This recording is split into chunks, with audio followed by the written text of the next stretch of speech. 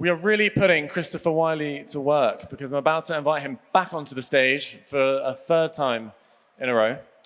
And he will be talking about what happens to our economy and economics in an age of distrust, and when trust in the institutions that regulate or have regulated our lives for many, many years breaks down.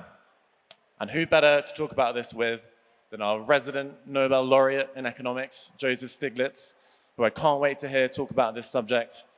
And they will be in conversation with ZEG co-founder Natalia Antelava.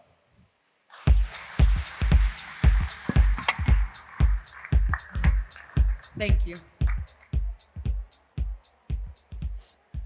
Oh my God, I'm so sorry, Joe. I'm so sorry. Hello.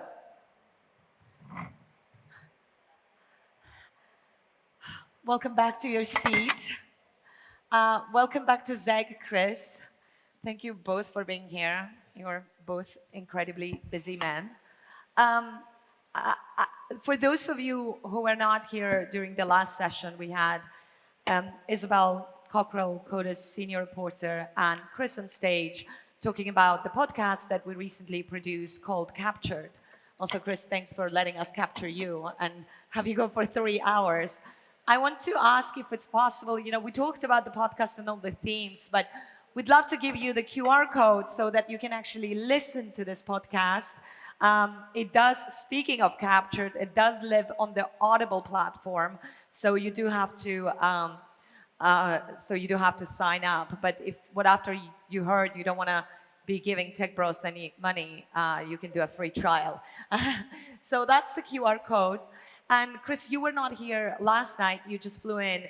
But last night we were on the stage with Joe and with Ukrainian philosopher Volodymyr Yermolenko talking about freedom and what freedom means and where it is and where we are. And, it's kind of like led to like what the systems are. And just to set us up, you talked about basically social democracy being the system that we should have, right? So I want to play a clip that those of you who were at the last session already heard, but I know many new people came in. So can we please play the clip from the podcast? And this is Isabel, our reporter, talking to one of the tech bros in Silicon Valley at a barbecue. And where were you? You were in Palo Alto? In Cupertino. Near the Apple headquarters. Yeah, so near Apple headquarters, they are at this barbecue, and let's hear the clip. We have to be worried about people are going to over-regulate it. Europe is the worst, to be honest with you. Let's look at how we can benefit the society and how this can help lead the world, as opposed to trying to hold it back. Some people might say that the reason we have democratically elected governments is so that they can put controls on things, so that they can keep us safe. And ultimately, they should be the ones deciding whether we regulate, not the people in this barbecue. You sound like you're from Sweden. I'm sorry. That's social democracy. That is not what we are here in the U.S. This country is based on a constitution. We're not based on everybody being equal and holding people back. No, we're not in Sweden. We're an American barbecue. Yes. So what I underestimated is actually quite hard to hear the clip when you are on the stage. The conversation, Isabel asks about regulation and regulating big tech and essentially regulating some of the richest, most powerful men on the planet, mostly men and women. And the answer is, well, that's social democracy. And what are you, from Sweden? We're not in Sweden. We're in America. We have constitution here. So we're suddenly emerged in this world where we see Donald Trump and, the first Donald Trump and the Oval Office and the Silicon Valley leadership and almost no levers to control anything. And, people are predicting that capitalism is over and what we are going to have is some sort of tech feudalism. So I wonder I would like to start with you and ask you whether you think capitalism has a future at all. And Chris, just jump in, please, whenever you want. But we'll start with you. Yeah. So, capitalism is basically a 19th century word that emphasized the role of capital in a market economy. And capital is not the most important ingredient, or at least the form of capital. It's about human capital, innovation, much of which is supported by the government. You ask, why is the U.S. the center of technology in the high-tech area?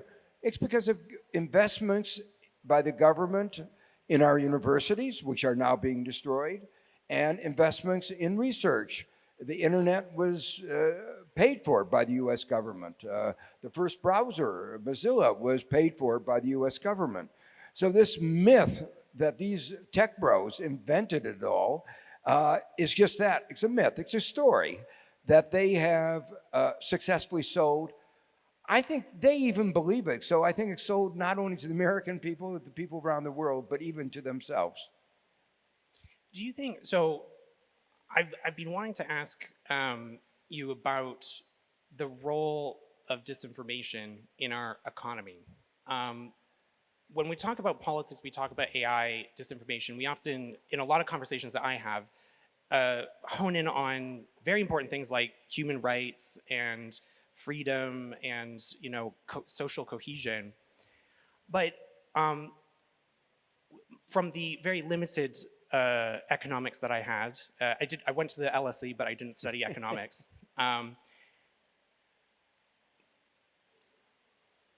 Rationality in consumers, or use of information in firms and businesses. There's a lot of economic theory that is premised on this idea of different kinds of agents having agency based on truthful information and access to that information. And what I would love to ask you about is just what are your thoughts on the potential impact or threat of disinformation to our economy, to how our current economy works, and what does it mean if we no longer have a common understanding of truth in our consumers, in our labor force, in our firms and businesses? Yeah. So partly answering that question, Yeah. I want to come back to the second part of what I was going to say on your question, which was that a modern economy of the what you call tech feudalism kind is based on exploitation, market power, because these are big companies and they exercise their market power in a number of areas. Even the courts in the United States have declared Google to be a monopoly in a number of areas. They've declared Apple is engaged in anti-competitive practices. You could go through, and these companies have violated in one way or another many of the basic rules of our economy. So the model that goes back, a long time of free enterprise, is competition. There's no competition in most of these areas, or very limited competition.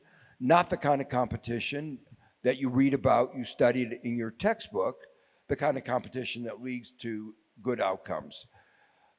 These companies are exploiters. They get their money by, in one way or another, exploiting their market power against consumers, taking your information and using it against you to enhance their profits, invading your privacy.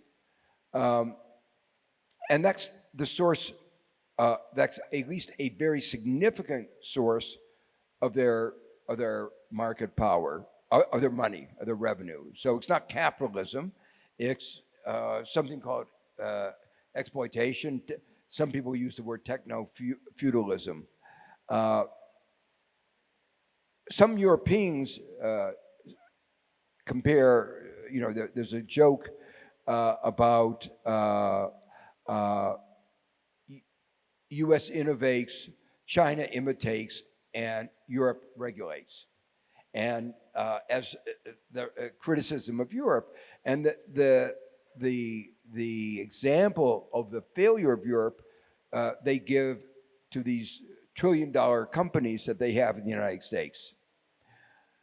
But my response to that is that that's evidence that America's economy is not working well. Because if you go back to textbook economics, if you're making huge amounts of profits, what is a market economy, a competitive market economy, what's supposed to happen? You're supposed to get entry, and you get entry until profits go down. If you have persistent profits over years and years and years and going into the future that can lead to a trillion-dollar company, something's wrong with your economy. You've innovated, but you've innovated in part in ways that block competition and entry. So my view is, and then of course there's the politics of it. When you have all that money, you buy, as we saw in the case of Trump, political support to make sure that you aren't subject to competition, that you aren't subjected to regulation, that you have the freedom to continue to exploit. Now, I want to come to his question. I'm going around, but that's where disinformation, misinformation comes in. A well-functioning society, economy, has to be based on good information and trust. You can't, if you don't have good information, you don't know how to allocate resources, you have enormous opportunities for taking advantage of one person of another. A modern economy was based on good information, but if the information space is polluted with mis and disinformation, the economy can't function. So if you don't trust what you're seeing, you have no way of knowing whether it's accurate or not. And it's even worse when you recognize that some of the major actors, the tech companies, have an incentive for mis and disinformation. The business the whole model is built on polluting. Yeah, the business model of engagement through enragement, that it's more profitable to lie, just like it's more profitable to make money by exercising market power than making a better product. A lot easier to exploit somebody than to build a better product. And it's the same thing here. It's a lot easier to make money by lying, by misinformation, unless you have a legal framework. What do you think, given what you've just said, I reflect on what happened recently with TikTok and the rush to go and ban it over a somewhat amorphous threat that somehow the Chinese would get the data and they'd be spying on Americans, without conceding that actually this is literally what every American tech platform has provenly done. When you're talking about misinformation, disinformation, and lying to the public as almost a self-preservation strategy and or a means of extracting profit, I wonder what you think about the current narrative that's emerging around this AI war with China.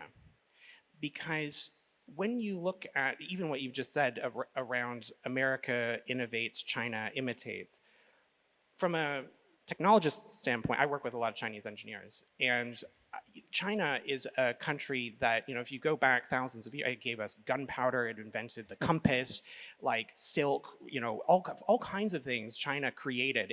It's a millennia spanning creative place. and this idea that somehow it's only capable of copying. And therefore, that when we look at Chinese competitors or potential competitors to American tech, that we should construct barriers up to the point of banning the largest social platform and the largest public platform in America, because that competition is somehow unfair. And I just sort of would love to hear your thoughts on sort of what you think about that dynamic, and whether there is an argument that a lot of this narrative is catalyzed by Silicon Valley not wanting true competition from companies that they actually are afraid of. Well, Silicon Valley doesn't want competition from anybody. So it's not a question just of China. They've I think it was Peter Thiel who said competition is for losers. That's right. He has a I use that in my class as emblematic of where American businessmen think about competition, as we say, as the center of economics. He says it's for losers, and they work very hard to make sure that there is not a competitive landscape. The example that you just gave illustrates, it doesn't take much of a conspiracy theory to say that it may have been one of our social media that encouraged legislation to ban TikTok, because TikTok was taking away it's not a conspiracy. I think they it's literally pretty hired proven. lobbyists. What? It's not a Meta Meta, Google. They lobbyists, all hired yeah. lobbyists in Meta Washington. lobbied very hard to That's ban what I'm saying. TikTok. It's not a conspiracy. It's not a at all. conspiracy theory. Yeah, it's not. They didn't like the competition because they were losing. Yeah. And what was so striking about that particular initiative of worrying about security, they never explained how China, knowing what our children, what TikTok has, it may be very bad information. We may not want that. But how China having that information was going to make a very big difference in any new Cold War or hot war. Or how it's different from Facebook enabling Russia to propagate disinformation left, right, and center. Exactly. But it's even worse than that, because we have no law that stops Facebook from selling all of its data to China.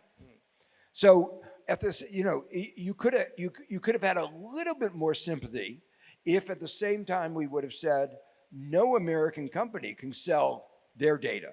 But that would be, going back to your that would be social democracy, and that's not American. That's not American. We don't do that. So as long as Americans are making money, collaborating with the Chinese government is okay. that's right. But if Americans are losing money, then it's not okay. and if it's a foreign company, that's not okay. There's another aspect of your question that really isn't centered to the issue that we've been talking about, but I'll mention it, which is that the U.S. restrictions on certain sales of high-tech stuff to China actually has encouraged them to do more reresearch, and actually it's been counterproductive. And the launch of DeepSeek is the example, and they've been very successful. And there's one more point I want to make, which is very much related to what is going on right now in the United States. Why is China so successful, not only in this area, but in their EVs, the batteries? They've, over a span of quarter century, invested enormously in engineering. They have so many more engineers than we have in the United States. And that, we have to wrap our heads around the fact that comparative advantage of China has changed dramatically. 40 years ago, at the beginning of the opening of China, main resource was unskilled labor.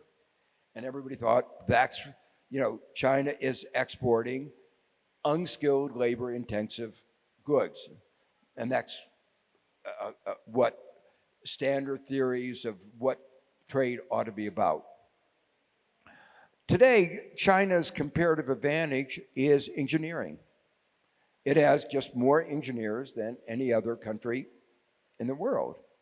And it has them, it has a larger market, it has more planning, industrial policy to sort of drive that in directions that are important for climate change and for And AI. Chris, you spend a lot of time in China. Well, not a lot, but you spend quite a lot of time Well, in China. so I think back to what you're saying, to a conversation that I had with a relatively senior member of the Chinese government who was looking at technology policy, and specifically around AI. And one of the things that we talked about was this narrative that you get that Chinese doesn't respect intellectual property and that therefore it's not fair. And his comeback was, if you loosen up restrictions on using IP, you spur on more competition.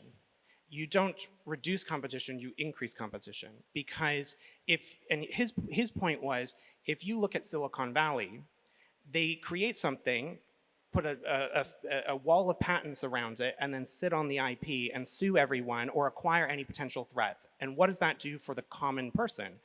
It makes things worse and more expensive. Whereas being the Chinese government's philosophy, is how do we make this aligned with our goal of economic development and rising living standards? We let competition rip in AI and tech. And I wanted to sort of get what your thoughts are on that, because it was really, we often do, it was the first time I actually heard a defense of the Chinese position. And it really made me think, like, do we have it wrong in how we let companies sit on patents and essentially monopolize IP? Yeah, it's actually a subject I've written a lot about. And the issue is, it's a very delicate balance. The most important input into any research project, whenever you start a research project, what do? You try to acquire all the other knowledge that everybody's produced, and you build on it. And so the most important input to any research project is other ideas. And if you can keep the flow of other ideas coming in, that's really the most important thing for stimulating research. But on the other hand, you have to have incentives, incentives to innovate. It takes resources, and you have to get rewards. But the central model that Silicon Valley talks about is only one way that we promote innovation. As I mentioned, an awful lot of innovation occurs in the universities without those kinds of property rights, without those kinds of incentives, just because in universities we're interested in exploring ideas. And ideas are important. That's what our business is, and that's what we love. That's why we go into government laboratories can set objectives and pursue them and get results. Some of the most important innovations, the mRNA innovation, the discovery of DNA, all of these were not motivated by patents. So one needs to balance, on the one hand, the access to information, and the other one, the incentives.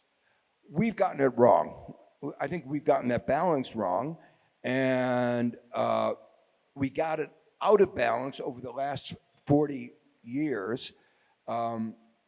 Just to give you one example, the patent system was always an exchange where you get protection of intellectual property, but the quid pro quo was in the patent application, you had to disclose all the details of what you had done. So you have to disclose all the knowledge. So you put the knowledge in the public space, but you still have the rights for a limited period of time. Most patent applications do not disclose anything enough to meet the standard obligation, and AI has now moved it even more because it's moved it outside of academia. Most of the work is going on inside these companies with all kinds of non-disclosure agreements. Even if you go into, if you go into Facebook for a meeting, I'm sure you have to sign a non-disclosure agreement. Yeah, that's right. Google, same thing. Yeah. It's all everywhere. So one of the reasons I'm not on the slide, but the reason I'm sitting here is to make sure that you get to ask questions, because we knew that these two would get into a conversation that we wouldn't be able to bring you in. And I know from the feedback from last night that there are lots of people in the audience who want to ask the questions. But before we go to the audience, I have a question for both of you. Sort of you really broke down kind of the demise of the economic system and where we are today. One of the things that you really dug into when we were making this podcast was the UBI. And in the conversation that we had, you said, I'm quoting you, is UBI just step towards a centrally planned economy where the big tech is the new Politburo? Chris, can you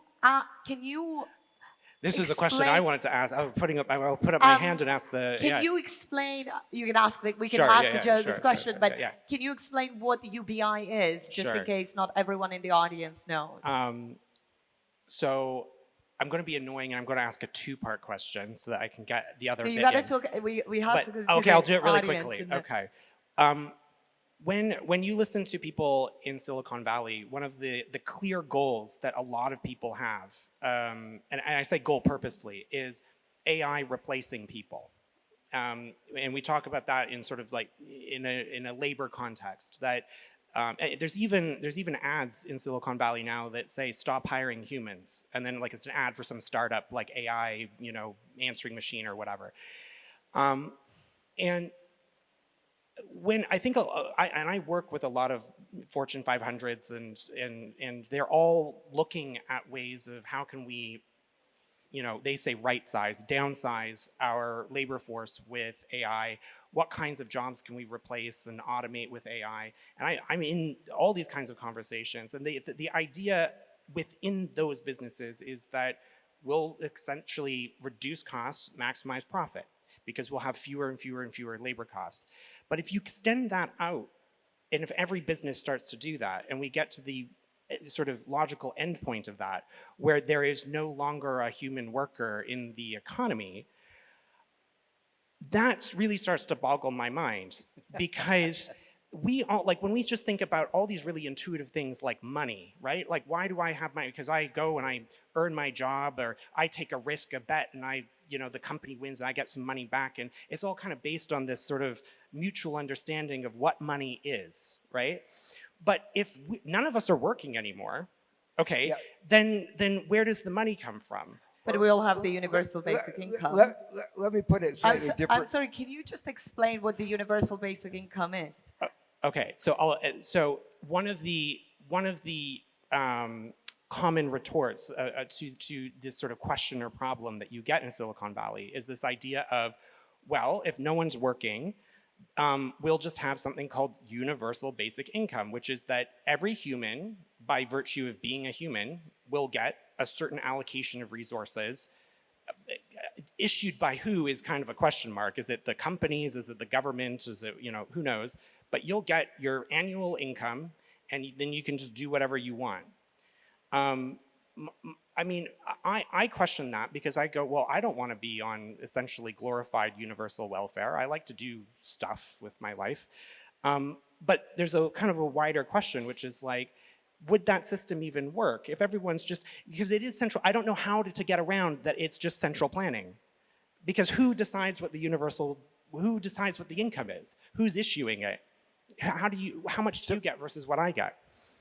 So first, let me say, I think the tech bros have just excessive optimism about what they're going to accomplish.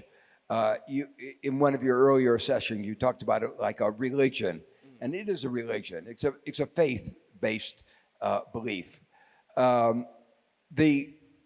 You asked the question. Take a key sector in the United States is the healthcare sector. 20% of GDP. We get poorer outcomes than Singapore gets, that spends 4% of their GDP, poorer outcomes than France gets, that spends 10% or 11% of GDP.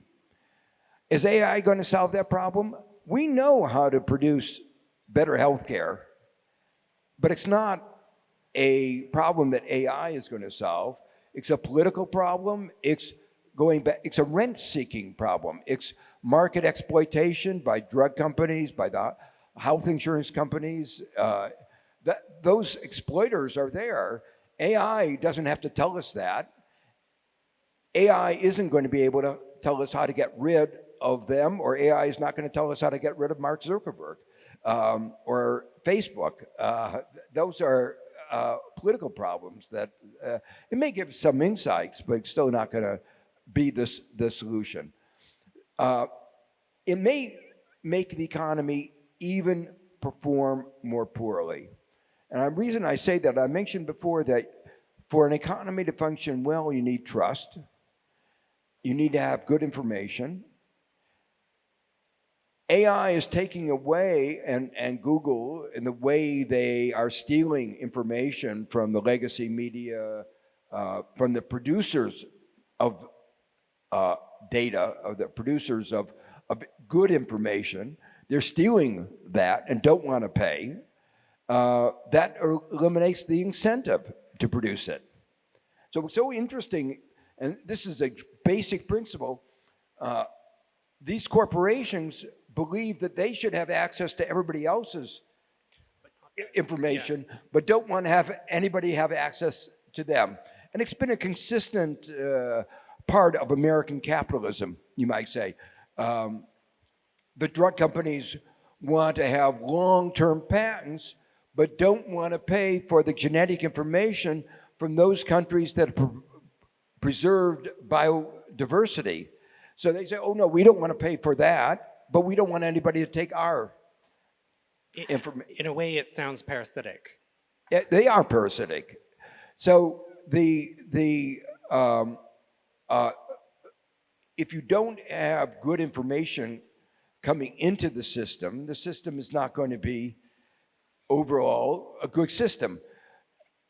The deterioration of information and trust will mean our economy actually will perform more poorly. And there'll be more monopoly power. And with less competition and more monopoly power, we won't be performing as efficiently. They'll be stifling innovation, so we won't even be innovation economy. You know, one of the interesting things, the United States claims to be an innovation economy, but the pace of innovation in recent years has been lower than it was in the decade after World War II. Oh, wow. So it's a fundamental, it's a story that we've told, they told very successfully about America being an innovative. And there is nowhere. Sorry, we're gonna have to go to the audience. I think there is nowhere that story landed better than in this part of the world, because having lived through 70 years of socialism, capitalism was the solution to everything. And I think there is a lot of resistance in even accepting here, in even I see it definitely in public arguments, in even accepting sort of some of the arguments that you make. So I just really want to make sure that we get a chance to bring the audience in for the 20 minutes we have left. So do you have any? It will be quite funny if no one has any questions. All right, I've got 1, 2 questions. You're close to each other, so just pass the mic after one. And if you could keep them shorter, please introduce yourselves. Yeah. I'm David Korashvili, studying economics at TESAU. So, Professor Stiglitz, you raised important concerns about inequality and misinformation in markets. I'm curious, do you see the combination of crypto hype and populist deregulation, like now during Trump's era, as a growing threat to economic stability and trust in the institutions? So do you see the growing, the growing deregulation in the Trump years as as it's quite hard to hear on stage. Go again. As a threat to economic stability and Yeah. Do you see the deregulation in the Trump era as a growing threat to economic stability? Yes. We learned in the financial crisis of 2008 that if you don't have good banking regulation, you're going to get an unstable financial system. And I think we're learning now that if you don't have good tech regulation, including systems of accountability, one of the things the tech companies did is to get themselves immune from liability for the things that go across their platform, unlike newspapers who have accountability and other journalists have accountability. They are free of accountability, and that leads to incentives to behave badly. And that contributes to the deterioration of the information ecosystem. So I think that what we should be expecting from the Trump administration is a worsening of the economic performance. Also, their usage of crypto and the hype all around it. What do you think about that? Will that play a big factor in this? Or? Yeah. So crypto, the very name of crypto is not transparent. We used to have a good currency in the U.S. called the dollar. We didn't need another currency. The only reason people are using things like stable coins and Tether and Bitcoin is for doing things that are illicit, that are illegal, that are non-transparent. And so we've created, this very transparent financial market, and then we create a whole hole in that through cryptocurrency, as if just because it's digital, it should be treated differently.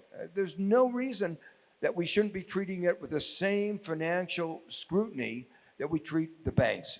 Chris, I'm curious, what do you think about it? You and I talk about crypto a lot. Well, I sort of asked the question, what do we need crypto for?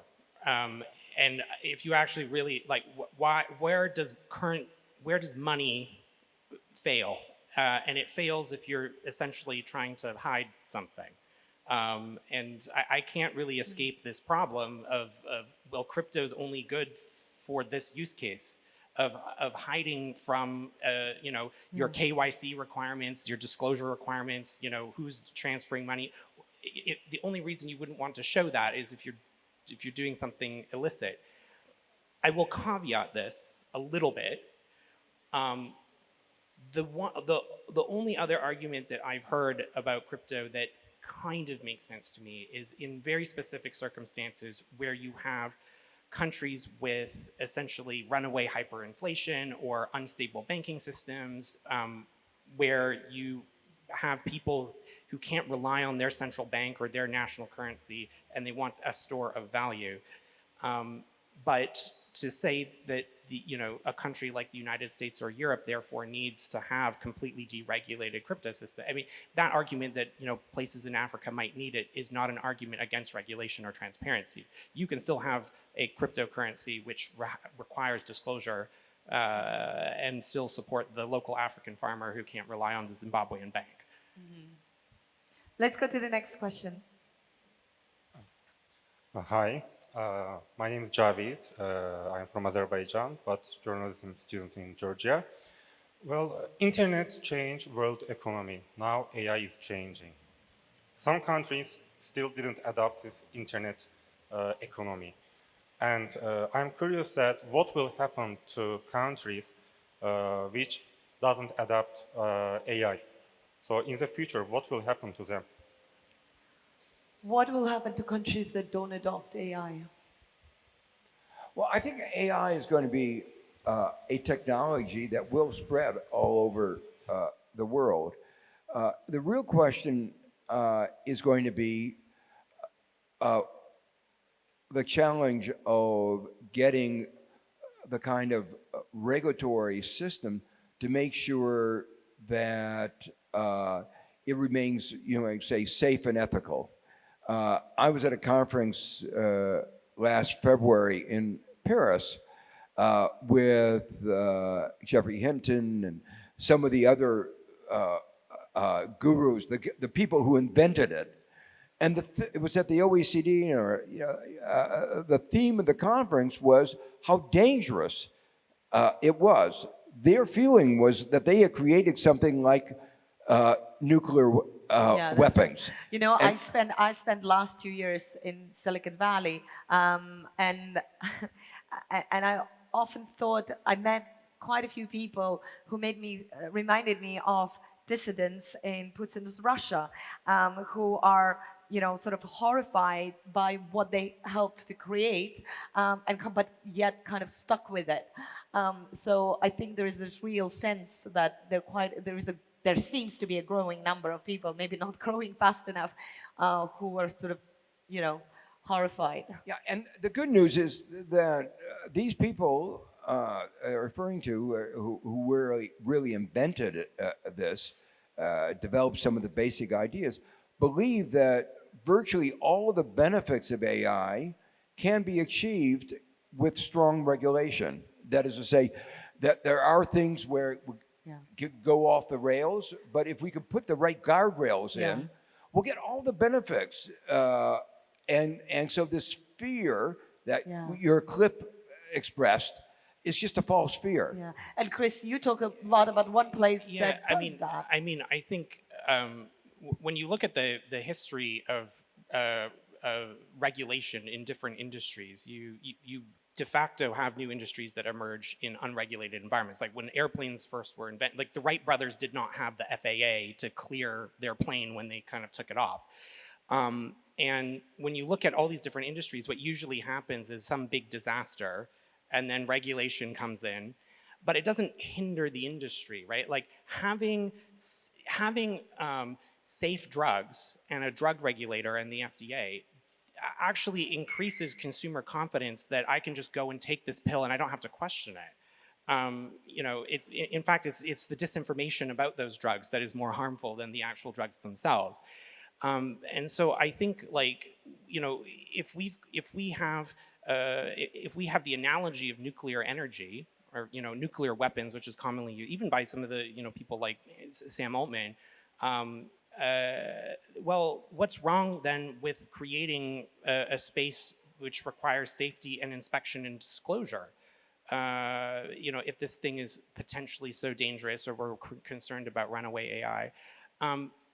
I think it's a real myth that safety regulations are somehow a barrier to innovation, because if your innovation requires the hurting of people, well then I question whether or not we actually want that innovation in the first place. What's wrong with testing? What's wrong with inspection? What's wrong with disclosure of the products that you're creating? I think it's ridiculous that we have more safety regulations for a toaster oven in your kitchen than we do for the AI that touches 1 billion people on Meta platforms, which is kind of an insane situation that we're in. Yeah, it is an insane situation. Yeah, I was just going to add that directing the innovation in ways to make sure that you're thinking about safety, like in drugs, thinking about both efficacy and side effects, is really important. You don't want a large fraction of the people to drop, to have. Or in like aerospace, planes are safe because we require them to be safe, and that means that you have passengers walking onto your plane without concern, which means that you have a consumer base that trusts your industry in the first place. Arguably, regulation in a lot of these industries is the basis for consumer confidence. I can ask both of you 72 questions. Oh, 72 questions. This is a little, I got the round number wrong again. A little tease for the next panel. Anyway, sorry. I could ask you so many questions about regulations, but let's keep the promise to take 2 more questions. We've got one there and one over here. Yeah. Hi, this is Sam. Great conversation. I'm wondering, we talked about America's position as already developed this tech feudalism, and then we're talking about China coming in, very innovative, and we're here in Georgia. It's stuck right in the middle, and I live in Berlin. So I'm wondering just your opinion for what could be the comparative advantage for a country like Georgia, and then maybe also for Europe in general, either the comparative advantage or the latent comparative advantage, because Europe, they didn't participate in the last tech revolution, the big data, revolution. Well, one of the advantages of the new technologies, particularly the internet, in some ways it makes entry more easier. You see it all over the world. People are coming up with programs, applications that some cases have a local market, in some cases have a global market. And you can be anywhere in the world and access this global economy. So in that way, the internet has redrawn geography in a way that is really fundamental. Do you have anything to add? No? Not really? Let's take the next question. Hi there. My name is Victor Sweezy. I'm a journalist from the US. And my question is, so you mentioned this kind of UBI style Silicon Valley utopianist vision of AI, and I think those are often the more empathetic people. Some of the Silicon Valley people are just like, it'll work itself out. But I guess for people who are disturbed by that vision, I feel like it can be kind of easy to fall into sort of like a Luddism and just be like, this is scary, it's destroying the economy, it's destroying society. Do you think it's possible to articulate like a liberatory vision of generative AI and what that could look like in society? I think, people seeking social justice have a history of embracing technology, or do you think that it's such a destructive and centralized technology that it's going to be inherently harmful to our social fabric? So a lot of the way that it will affect the economy and how this all will evolve will depend on the nature of competition and the nature of property rights. If we have strong competition in AI, and right now there seems to be some competition, it's hard to tell how strong, then the benefits of AI will, like in any competitive market, the prices will go down and everybody will share in the benefits. And the market will be, the stock market will be very disappointed. There won't be those trillion-dollar companies because competition will bid away those profits. Now, of course, a few of those AI companies are going to do everything they can to make sure there's not competition. So one of the things that, quote, from what I've heard, OpenAI has been lobbying to make sure that AI are not open. That is to say, there are some companies like Meta that are offering Lambda as open source right now. May not be in the future, but they don't like the argument that is being put forward is that openness is a threat for national security. It's the same thing as we heard in TikTok. So they're going to do everything they can to try to close down competition. But if we can keep a competitive landscape, and that may be hard, then the benefits will accrue more generally, and that will be the more positive. The second thing is, as I say, is intellectual property rights. And whether that knowledge, the extent to which it's protected. Again, one of the curious things that came out, if I remember correctly, after DeepSeek had succeeded, was OpenAI, which had stolen all that intellectual property from New York Times and from every other media, complained about DeepSeek's stealing its intellectual property. So again, if we have a more balanced intellectual property regime, the benefits of that intellectual property will be more broadly shared. So there's room for hope, but when you see current American politics, there's also room for pessimism.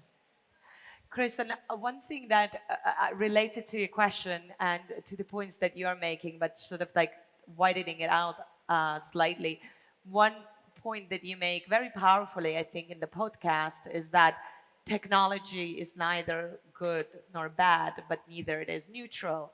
And some of the people you interview make that point too. Can you just perhaps explain that point? So the first thing I'd say, the gentleman referenced the Luddites, and the Luddites were they kind of get a bad rap in history because the winners, the factory owners, got to define who they were. They were fighting for better working conditions. They were not fighting against technological progress. They were fighting for workers' rights. So to call someone a Luddite, I don't see necessarily as an insult. To the wider point about what is technology, software itself is neither good nor bad. It just is. It's code. It's math. It's code. It's whatever. But we have to interrogate who's designing it and who gets to define what it means to progress that technology. And what values it is based on. And what values are we integrating in our concept of the design and architectures of those technologies itself? That is ideological. That is political. What OpenAI is doing, what Meta is doing, what Google is doing, what all these companies are doing are prioritizing profit maximization, designing and defining AI progress through that prism. And even all the way down to principles of design, that we think about AI as a choice limiting. I mean, one of the complaints is that it's a choice limiting technology, right? That's because a lot of the architecture came from companies that are trying to pigeonhole you into a market segment and throw ads at you. But you could also invest in R&D that looks at choice enhancing architectures, for example, right?